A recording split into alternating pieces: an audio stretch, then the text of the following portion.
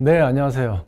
오늘 소상공인이 꼭 알아야 하는 2022년도 지원 정책에 대해서 강의를 맡은 BNP 경영전략연구소의 이태열 박사라고 합니다. 네, 만나서 반갑습니다. 저희가 지금 방역 수칙을 지키고 있는 상황이어서 마스크를 벗고 진행하는 점 먼저 알려드리도록 하겠습니다.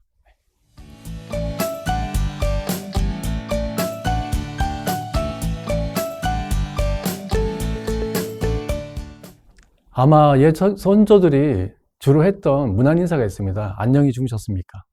최근에 우리 자영업자나 소상공인 여러분들이 놓여 있는 현실이 그와 비슷하지 않나 생각이 듭니다. 하루하루가 아마 힘들고 위기일 것입니다. 저와 같이 있는 건물도 보더라도 어제까지 영업하던 곳이 오늘 영업을 하지 않는 경우가 굉장히 많거든요. 우리가 사업을 하다 보면 창업 당시에 가졌던 계획대로 사업이 진행되거나 그리고 자기 자본만으로 사업을 할 수 있다고 하면 정말 좋을 텐데 막상 사업을 하다 보면 여러 난관에 봉착하게 됩니다. 그게 또 현실인데요. 코로나19처럼 전혀 예상하지 못한 국가적인 재난이 일어날 수도 있고요.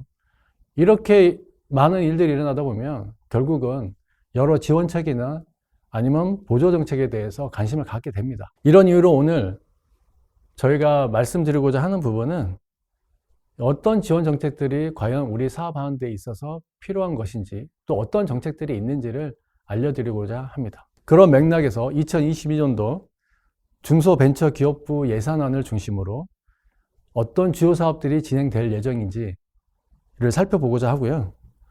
물론 기존에 알고 있는 정책들이 있을 수도 있고요. 또 새롭게 아시는 분들도 있는데 모두가 그런 부분들에서 인지를 하셔서 2022년도에는 좀 더 숨통이 트이고 희망의 씨앗을 심는 그런 밑거름이 되시기를 바랍니다. 자, 그럼 지금부터 2022년도 예산안을 중심으로 한 어떤 사업들이 강화가 되고 또한 신설이 됐는지를 살펴보도록 하겠습니다.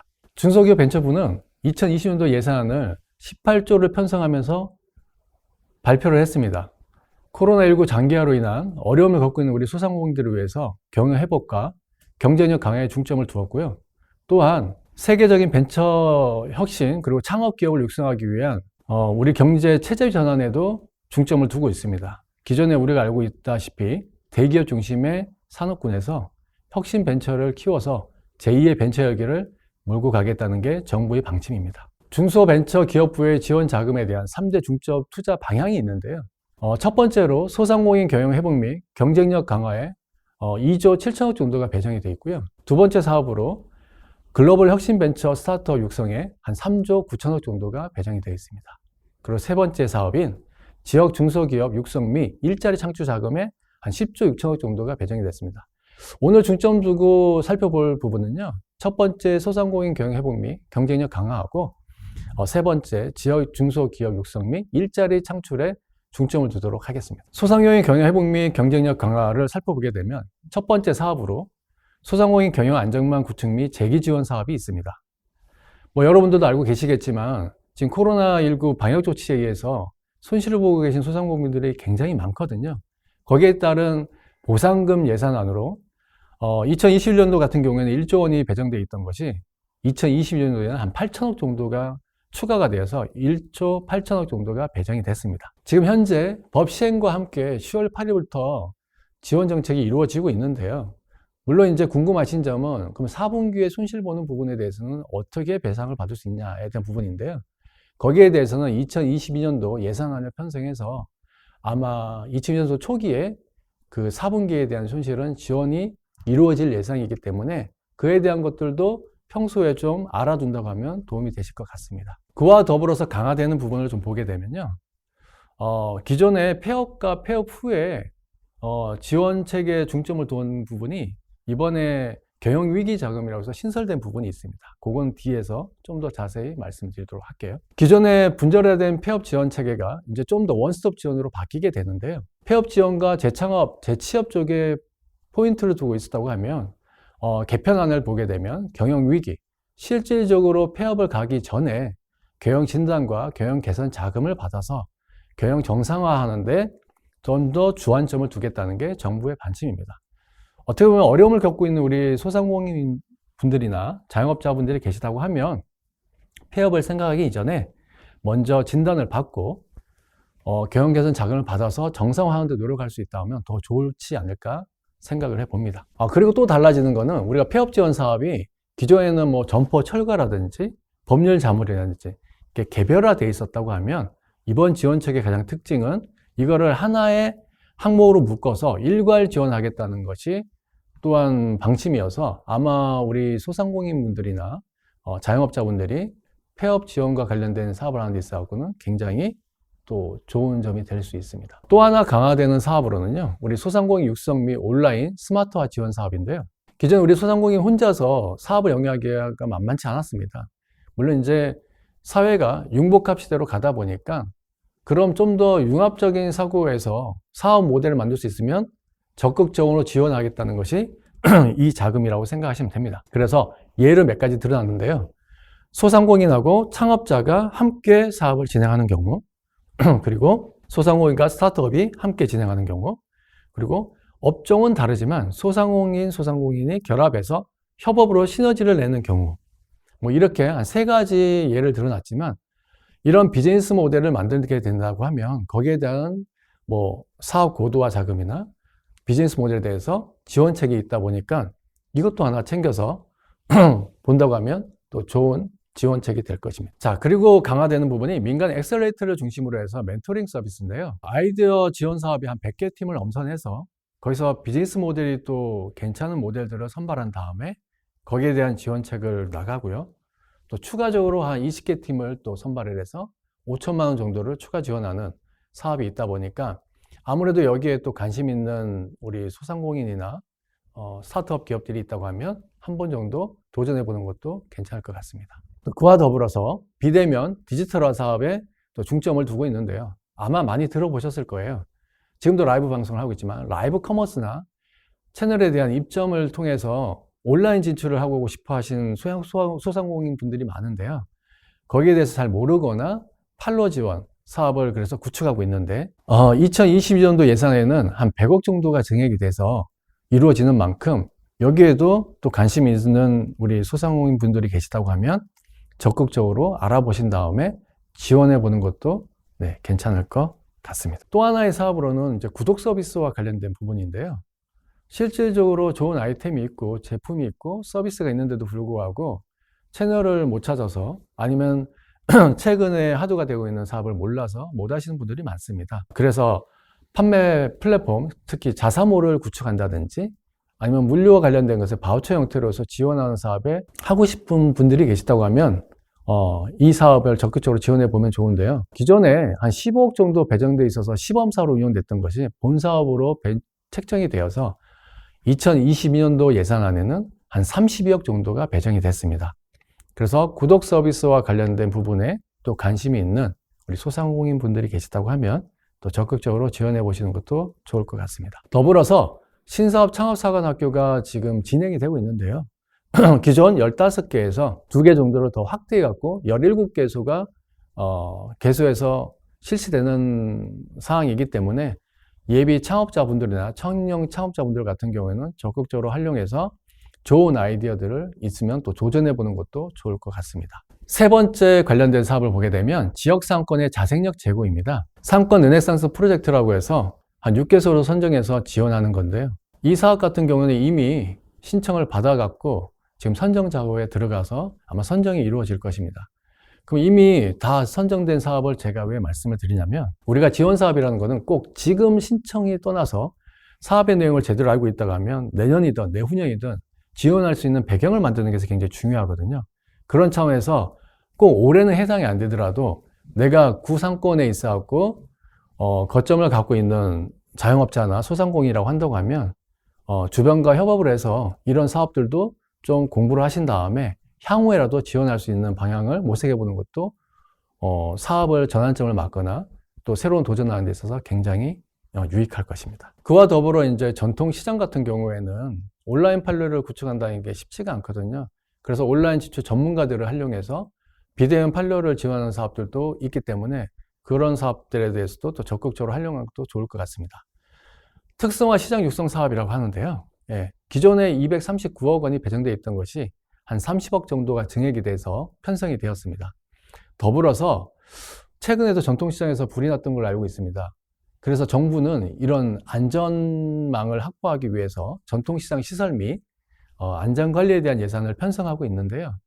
기존 139억 원에서 2022년도 예산안에는 한 100억 정도가 더 증액이 돼서 226억 정도가 지원되는 만큼 혹시라도 시설 안전에 문제가 있는 전통시장에 계신 자영업자분들이나 소상공인이라고 한다고 하면 적극적으로 또 지원 사업에 신청을 해서 안전망을 확보하는 것도 좋을 것 같습니다. 그와 더불어 이제 우리가 흔히 알고 있는 오늘 상품권 발행 사업이 있는데요. 기존의 3조 원에서 한 5천억 정도가 더 늘어났습니다. 이 부분도 또 활용해서 정통 상권이 좀 살 수 있는데 바탕이 되었으면 하는 바람입니다. 세 번째로 지역 중소기업 육성 및 일자리 창출과 관련된 사업에 대해서 살펴보도록 하겠습니다. 이 사업 같은 경우에는 옆에 보시면 아시겠지만 한 10조 6천억 정도가 굉장히 많은 자금이 책정이 되어 있습니다. 첫 번째로 지역 기반 혁신 플랫폼 활성화 사업인데요.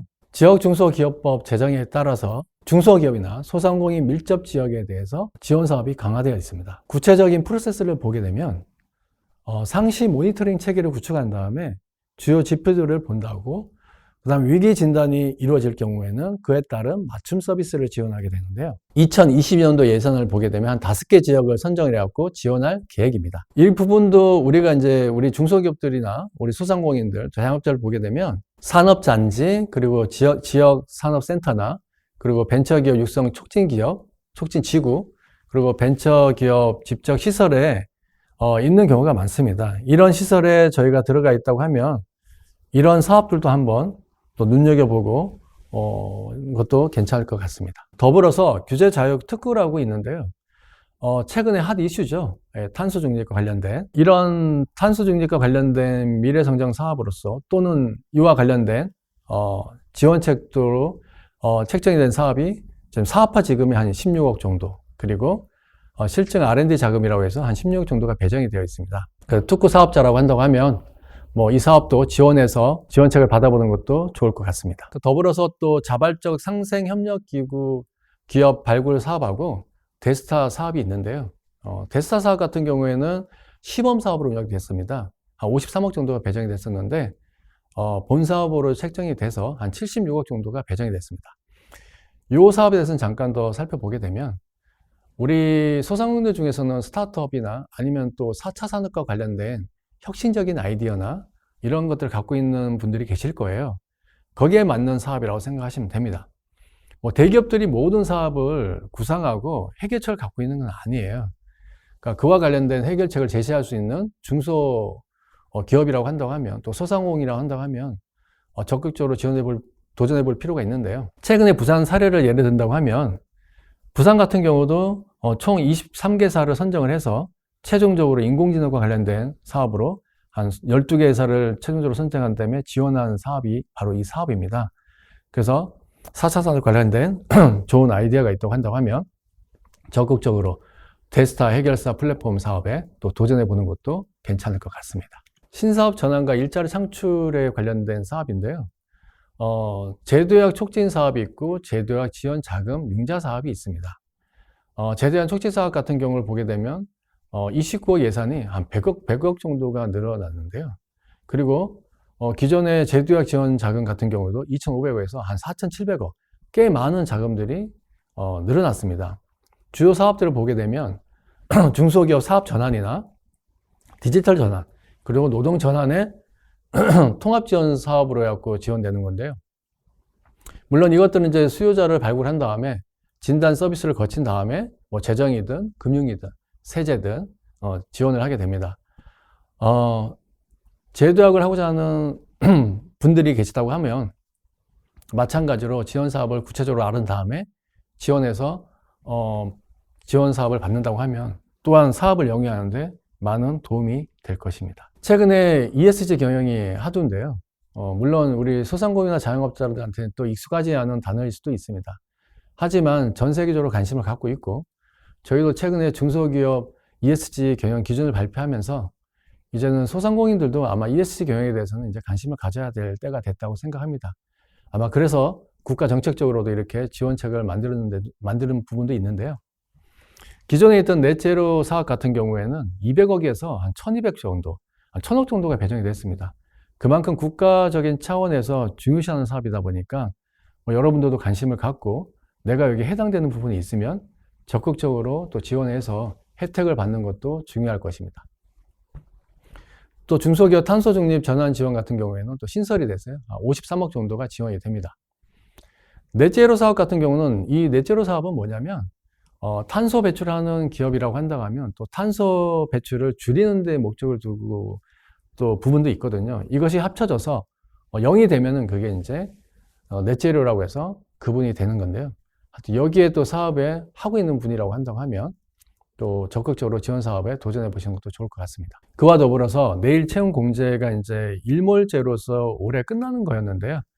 일단은 22년까지 연장이 된 만큼 우수한 청력 인재를 필요로 하는 우리 소상공인 분들이 계시다고 하면 또 이 사업도 적극적으로 지원해서 지원책을 받는 게 좋을 것 같습니다. 세 번째 정책금융의 사회 안전망 역할을 지속하는 게 이제 우리 지원 사업의 또 목표이기도 한데요.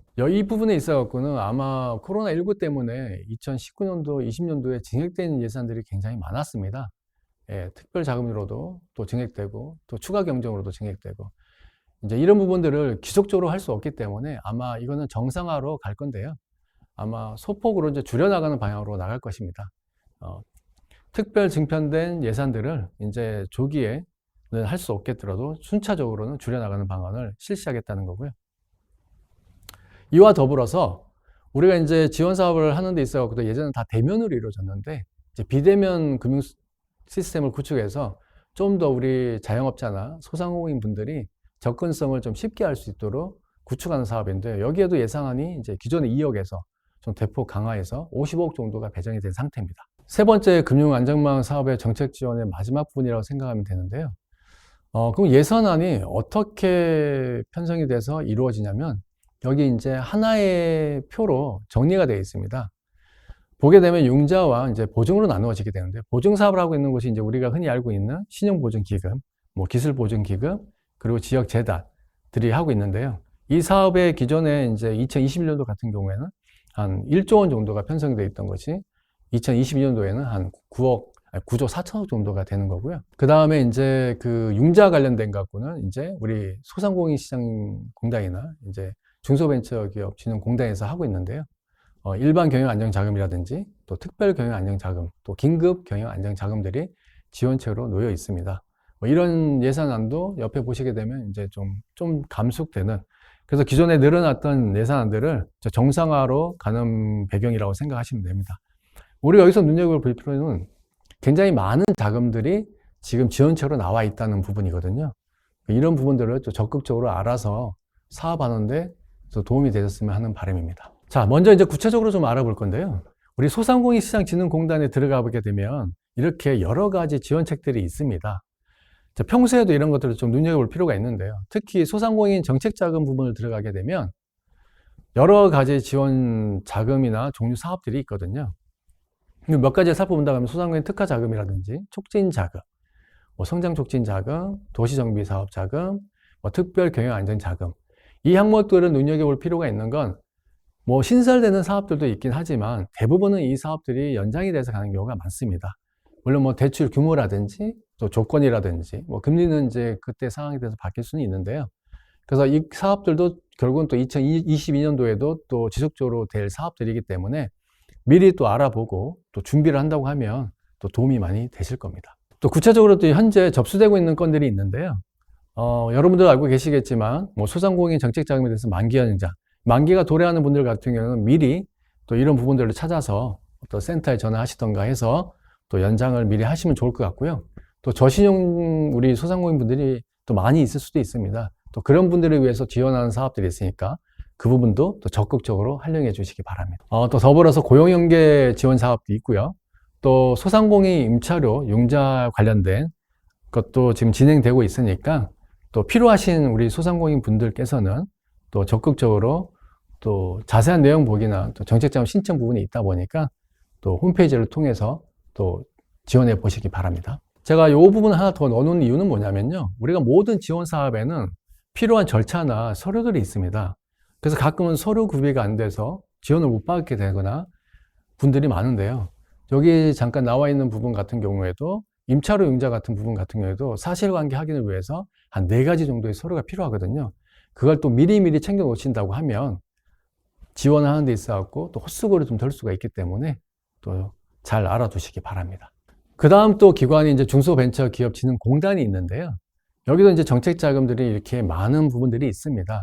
그래서 평소에라도 나와 관련된 사업과 어떤 지원책들이 있는지를 좀 눈여겨보신다고 하면 필요할 때 이용하는데 굉장히 유용할 것입니다. 중소벤처기업진흥공단 자금 같은 경우에는요, 창업기에 있는지 또 성장기에 있는지 또 제도화기에 있는지에 따라서 여러 지원책들이 있는 만큼 내 지금 사업 현황이 어디에 있는지를 본 다음에 거기에 맞는 사업들을 보신다고 하면 좀 더 수월할 것입니다. 또 그와 더불어서 우리 고용노동부 홈페이지에 들어가게 되면 또 우리 소상공인들이나 사업주를 위해서 또 지역 정책들을 또 묶어놓은 부분들이 있어요. 여기를 보게 되면 또 이제 한눈에 볼 수가 있는데요. 또 소상공인 임대료 지원 사업 같은 경우도 있고요. 또 특별 융자 지원 사업도 있고요. 그리고 개인 사업자 같은 경우에는 세금 부담을 완화시켜주는 사업도 있습니다.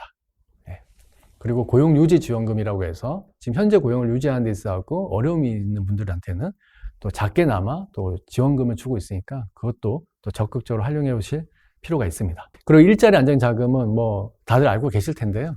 이건 같은 경우에도 이제 조건들이 있다 보니까 조건들을 미리 숙지하셔 갖고 내 여건을 맞춰 나가는 것도 정책 자금을 활용해서 굉장히 중요한 부분이거든요. 그래서 그런 부분도 미리 사전에 숙지하신다고 하면 또 좋을 것 같습니다. 또 사회보험료, 4대 보험료라고 하죠. 그런 부분에 대해서도 지원하는 부분들이 있다 보니까 이렇게 어려운 경영 환경 속에서는 이 부분도 또 많은 도움이 됩니다. 실질적으로. 그래서 요 사회보험료 지원 사업 부분에 대해서도 또 숙지를 하셔서 좀 기관에 전화 문의도 적극적으로 하셔갖고 또 적극적으로 지원금을 또 받으시기 부탁드립니다. 아무튼 코로나19 때문에 굉장히 많은 어려운 현실이 있는데요. 그래도 국가적으로 또 단체적으로 많은 지원책을 또 피고 있는 만큼 그런 부분도 적극적으로 활용하셔서 어려운 시기 난관을 좀 잘 극복했으면 하는 게 저희 또 바람입니다. 제가 또 추가적으로 제가 이제 준비한 게 있는데요. 그 부분은 뭐냐면 제가 이제 이렇게 많은 상담을 하다 보면 묻는 경우가 많아요. 몇 가지 팁이 될 수도 있는데요. 첫 번째로는 자금을 언제 써야 됩니까? 이런 부분을 많이 얘기합니다. 여기에 대한 정답은 없겠지만 제가 확실히 말씀을 드린다고 하면 자금은 언제 쓰는 게 아니라 늘 준비하고 있어야 된다고 말씀을 드리고 싶습니다. 실질적으로 자금이 필요해서 가게 되면 못 받는 경우가 꽤 많거든요. 그 부분은 뭐냐면 준비가 제대로 안 된 경우가 많습니다. 왜냐하면 우리가 지원책이라는 거는 필요한 부분한테 지원하는 게 아니고요. 지원책에 맞는 분들한테 지원하겠다는 게 핵심이거든요. 그럼 결국 이런 지원책들이 어떤 요건이 있을 때 지원되는지를 명확히 하는 게 굉장히 중요합니다. 내가 단순히 자금이 필요하고 이런 책이 필요하니까 도와주세요라고 해서 도와주진 않거든요. 그런 부분들에 대해서 우리 소상공인 분들이나 자영업자들이 분명히 숙지를 하셔서 이용했으면 좋겠고요. 두 번째로 또 많이 듣는 게 어느 지원기관을 찾아가야 되냐 이런 부분도 또 많이 듣거든요. 실질적으로 제가 지금 언급한 기관만 하더라도 많은데요. 신용보증재단이 있고 또 신용보증기금도 있고 기술보증기금도 있고 소상공인 시장진흥공단도 있고 중소벤처기업진흥공단도 있습니다. 자, 그럼 제가 오늘 정말 좋은 팁을 말씀드릴 텐데요. 초기 사업자라고 한다고 하면 먼저 신용보증재단, 지역재단을 찾아가서 자금을 먼저 받으십시오. 그 다음에 내가 사업을 영위하면서 또 자금이 필요하다고 했을 때는 그 다음에 이제 신용보증기금이나 또는 기술보증기금을 찾아가면 되고요. 그 다음에 이제 또 추가적인 사업을 하는 데 있어 내가 지원책이 필요하다. 그러면 소상공인 시장진흥공단이나 아니면 좀 더 사업을 크게 하고 계시다 보면은 중소벤처기업진흥공단으로 순서대로 찾아간다고 하면 내가 단계별로 지원책들을 중복해서 받을 수가 있습니다. 요거는 좀 많이 메모해 놓으셨다가 참고하시기 바라고요. 자, 그럼 평소에는 어떤 것들을 준비해야 되냐? 나는 이런 지원책들을 받기 위해서는 아까도 처음에도 말씀드렸지만 실질적으로 지원책은 준비된 자들한테 주어진다고 했잖아요. 내가 요건이 뭔지도 보셔야 되는 거고 또 구비 서류가 뭔지도 보셔야 되는 거고요. 그 다음에 신용관리는 가장 중요합니다. 내 사업장에 대한 신용관리도 중요하고요. 또 대표님에 대한 신용관리도 굉장히 중요합니다. 그리고 내가 또 제한 업종이 아닌지도 부분도 살펴볼 필요도 있는 거고요. 그럼 이런 것들이 준비돼야 헛수고도 줄이고 또 사업 계획에 차질이 안 생긴다고 봅니다. 아까도 말씀드렸지만 자금은 쓰고 싶다고 쓸 수 있는 게 아니라 그 사업의 요건에 맞는 사람한테 지원된다는 점 분명히 아시고, 평소에도 내가 하고 있는 사업과 연관된 지원책들이나 보조 정책들이 있다고 하면 눈여겨보신 다음에 그와 관련된 것들을 사전에 준비하고 체크리스트들 같은 걸도 만들면 좋겠죠. 그래서 내가 어떤 준비가 되어 있는지, 그래서 그걸 들고 계시다가 내가 자금이 정말 필요할 때보다도 미리 준비하는 자세를 보인다고 하면 좀 더 수월하게 자금을 받을 수가 있습니다. 마지막으로 당부하고 싶은 얘기인데요. 우리가 사업을 하다 보면 정말 내 계획대로 되지 않는 경우가 많습니다. 정말 내 준비했던 자금으로만 사업을 한다고 하면 타인 자금이나 아니면 이렇게 국가 지원 자금이 필요 없을 수도 있어요. 근데 대부분의 99%의 사업을 하시는 분들이라면 지원책이 필요합니다. 그래서 제가 다시 한번 말씀드리지만 평소에 이런 지원 정책에 대해 관심을 갖고 어떤 요건들이 필요한지, 그리고 신용관리라든지 부분에 대한 것도 염두에 두고 하신다고 하면 많은 도움이 되실 거라고 생각합니다. 그리고 마지막으로 국가에서 지원하던 사업이다 보니까 국세라든지 지방세, 그 부가세, 그리고 4대 보험료 납부에 대한 것은 굉장히 철저히 살피는 만큼 미납이 되거나 연체가 되기 전에 꼭 사전에 이런 지원 사업들의 혜택을 보시길 부탁드리겠습니다. 오늘 장시간 도와주셔서 감사드리고요. 또 많은 도움이 되셨길 바랍니다. 내년 2020년도에는 우리 소상공인들이 다시 뛰는 한 해가 되길 바라보면서 이상 마치도록 하겠습니다. 감사합니다.